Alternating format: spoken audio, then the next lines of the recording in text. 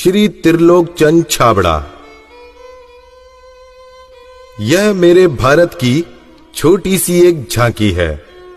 अभी तो जमीन में नींव भरी है, शीश महल तो बाकी है। मिशन आर्थिक आजादी के जनक श्री त्रिलोक चंद छाबड़ा जी का जन्म सन 1957 में राजस्थान के अजमेर जिले के एक छोटे से गांव नानसी में हुआ। पिता मोहनलाल जी गांव में एक छोटा सा जनरल स्टोर चलाते थे। माता धापू देवी गृहिणी थी। 6 भाई बहनों में से श्री टी.सी. छाबड़ा जी तीसरे नंबर के पुत्र हैं। अपनी प्रारंभिक शिक्षा इन्होंने अपने गांव में और उच्च शिक्षा जयपुर में पूरी की। विलक्षण प्रतिभा के धनी श्री त्रिलोक चंद छाबड़ा जी सफल व्यवसायी के साथ साथ एक संगीतकार, गीतकार, लेखक और एक अच्छे वक्ता भी हैं।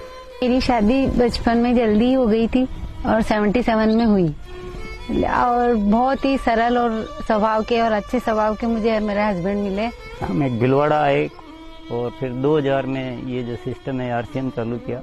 आई वॉज 18 ईयर्स जब आरसीएम की शुरुआत हुई और हमारे सामने ये सब चीजें हो रही थी जब हम एजुकेशन में थे और हमारे पापा ने बिजनेस स्टार्ट किया था और वो शुरू से बहुत ही सिंपल पर्सन रहे, तो उनका जो स्टाइल ऑफ बिजनेस था वो भी बहुत सिंपल था।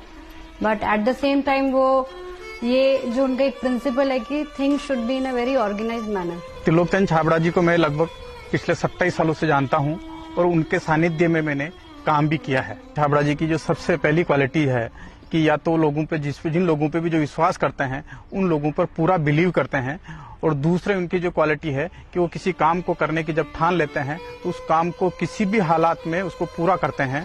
जब ये चालू किया था आरसीएम, उससे कुछ समय पहले कुछ सिस्टम यहाँ हिंदुस्तान में चलते थे जो जानकारी में आए, तो एक दिमाग में पता नहीं एकदम विचार से आया कि ये तो बड़ा सुंदर सिस्टम है। अगर हम इसमें नॉर्मल प्रोडक्ट जो हमारे रोज उपयोग होते हैं वैसे प्रोडक्ट लाकर अगर करें तो ये तो देश के लिए बहुत अच्छा सिस्टम है, बहुत सारे लोगों को इसका लाभ मिल सकता है। और उसके बाद एक ऐसा विचार जो अंदर पैदा हुआ तो उस विचार ने मुझे कभी रुकने ही नहीं दिया। टी.सी. छाबड़ा जी को मैं पिछले 25 सालों से जानता हूं और उनके सानिध्य में मैंने काम भी किया हुआ है। टी.सी. छाबड़ा जी की सबसे बड़ी क्वालिटी है उनके लिए काम काम होता है, काम छोटा और बड़ा नहीं होता। वो हर काम को उतनी ही सीरियसनेस से करते हैं, चाहे वो काम छोटा हो चाहे बड़ा हो। मुझे याद है जब आरसीएम की सबसे पहली मीटिंग हुई थी, एकदम फर्स्ट मीटिंग, मैं उस मीटिंग में प्रेजेंट थी और वो एक पेड़ के नीचे बाहर मीटिंग हुई थी जहाँ पे मुश्किल से शायद 20 लोग बैठे होंगे। क्या मालूम, इनसे पहली बार मिलते ही मुझे लगा कि कुछ विशेष व्यक्ति है, जो बोल दिया एक बार फिर वो याद है, वो एक कंप्यूटराइज काम हो गया। मेरी एक नेचर है कि मुझे अगर कोई चीज अच्छे से समझ में आ गई, मैं कन्विंस हूँ कि हाँ ये जिंदगी में सही है या ये काम सही है, तो मैं फिर किसी के रोके रुकता नहीं हूँ। तो आरसीएम की भी यही कहानी है। शुरू में सबने मना किया, परिवार वालों ने भी मना किया, दोस्तों ने भी मना किया, बहुत सारी चीजें भी हुई, लेकिन मैं कन्विंस था, मुझे समझ में आ गया था कि ये सिस्टम है, इसको देश को इसकी जरूरत है, आम आदमी की जरूरत है। वो हमेशा एक ही चीज बोलते हैं लाइफ में कि चाहे दुनिया कहीं पे भी कुछ भी कर रही हो, चाहे पूरी दुनिया भी अगर वो चीज कर रही है और अगर वो गलत है तो हमको उसका साथ नहीं देना चाहिए, हमको हमेशा सही चीज ही करनी चाहिए। जो उन्होंने अपने जबान से कहा उसको उन्होंने पूरा किया। जबान के सच्चे ये उनमें मानता है। एमएलएम के नाम पर ज्यादातर कंपनियां कुछ महंगे प्रोडक्ट लाती है उसमें और ज्यादा कुछ उसमें से बांटने की कोशिश करती है, और हम आरसीएम में ऐसे क्यों प्रोडक्ट लाते हैं जो बहुत कम रेट में होते हैं। बहुत ज्यादा इधर कुछ चीजों को हाई फाई करना या कुछ बहुत ज्यादा हर कहीं खर्च कर देना, तो मेरे को कुछ महंगी चीज खरीदना पसंद नहीं है लाइफ में। तो मेरे को जो पसंद नहीं है मैं बेच कैसे सकता हूँ। हमारे हिंदुस्तान का मिशन मंगल इसका एक बहुत बढ़िया उदाहरण है कि उन्होंने उस पर्टिकुलर बजट में उनको बनाने की सोचा तो उन्होंने वो चीज बनाकर दी। ये कोई भी वादा करते हैं वो पूरा करते हैं, और इन्होंने जो सोच लिया कि मुझे ये काम करना है वो करके रहते हैं, और इन्होंने जो भी सोचा ईमानदारी से कर रहे हैं पूरा। बहुत सारी चुनौतियां आई इस काम को करते हुए, बहुत सारे लोगों ने साथ निभाने का वादा किया, साथ चले, काम को आगे बढ़ाया, फिर उनके मन में पता नहीं क्या लालच आया तो उन्होंने पूरा बाहर जाकर एक नई कंपनी शुरुआत की और पूरा आरसीएम पर अटैक करना चाहिए और आरसीएम के सारे लोगों को, सारे सिस्टम को तोड़ने की एक बार नहीं कई बार बार ऐसे प्रयास हुए कि जब ऐसी घटना हुई है तब आरसीएम में बड़े निर्णय हुए हैं। जो सामान्य गति से चल रहा था उसमें एक मजबूती आई, एक बड़े निर्णय लेने की ताकत आई कि अब तो इसको करके ही रहना है। वो बहुत कम बोलते हैं और बोलते हैं वो एकदम सत्य और सीमित मात्रा में। डायरेक्ट सेलिंग सिस्टम में एक बहुत बड़ी बात सीखने को मिली कि लोगों को कभी भी आप ओवर कमिटमेंट मत करो। 2011 में जो हमारे साथ में ये गवर्नमेंट का हुआ, उसमें बहुत अलग हमारे पर इफेक्ट हुआ इस चीज का कि ये भी होता है क्या लाइफ में ऐसा। और वो ये जो एक फेज था वो बिल्कुल बहुत कठिनाई का दौर था, बहुत खराब स्थिति से हमें गुजरना पड़ा। मेरे परिवार पर संकट आए और परिवार से ज्यादा जो हमारे जो टीम है, हमारे जो इतना बड़ा हिंदुस्तान में परिवार बन चुका था, उसको सबको दिक्कतें आई। लेकिन एक मन में विश्वास था कि आखिर जो सत्य वो तो सामने आएगा। ऐसा ट्रैजिक पीरियड आया था कि पूरी दुनिया ने ही बोल सकते साथ छोड़ दिया। इनफैक्ट जो एकदम अपने बोलने के लिए होते हैं उन लोगों ने भी साथ छोड़ दिया।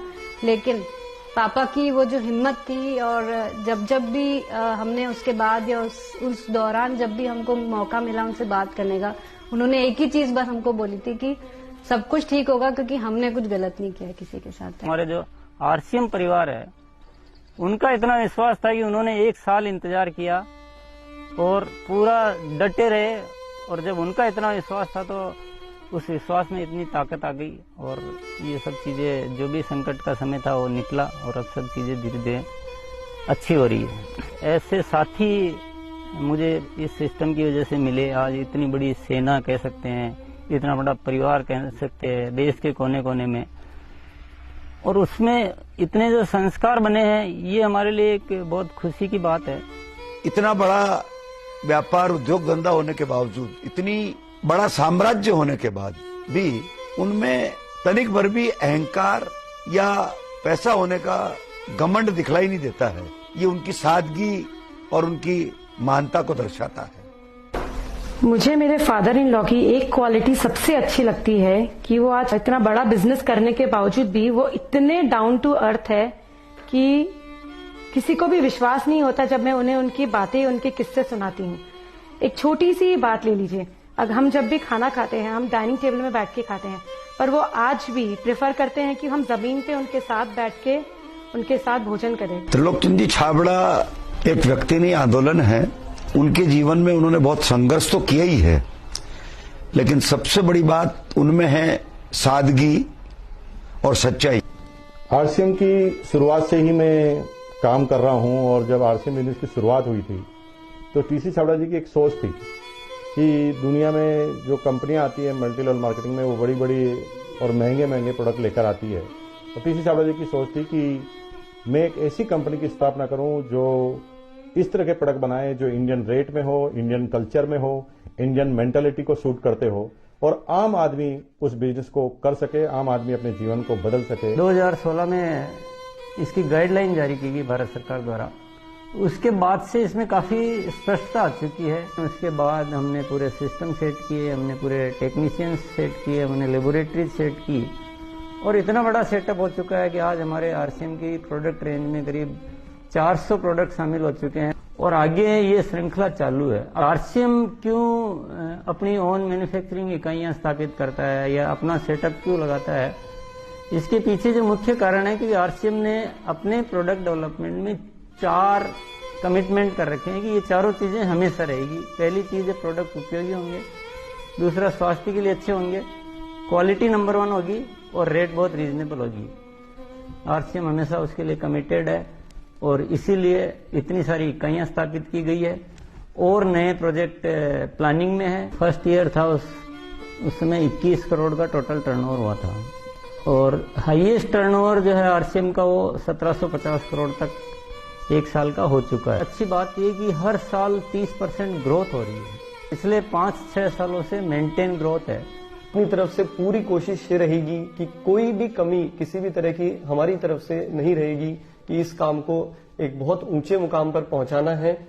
और जब लाखों लोगों के जीवन में अगर हमारे इस छोटे से प्रयास की वजह से अगर थोड़ा भी हम कुछ योगदान कर सकते हैं, ये हमारे लिए बहुत गर्व की बात है। मेरा गोल जो है वो ये है कि आज अपन इस आरसीएम को हिंदुस्तान में ही नहीं बल्कि कुछ ऐसा करेंगे कि पूरे विश्व में इसका बहुत बड़ा नाम हो। तो आइए सदी के इस महापुरुष, आर्थिक आजादी के जनक, लाखों लोगों के प्रेरणा स्रोत श्री त्रिलोक चंद जी छाबड़ा को हम सब खड़े होकर जोरदार तालियों की गड़गड़ाहट के साथ ओजस्वी उद्बोधन के लिए आमंत्रित करते हैं।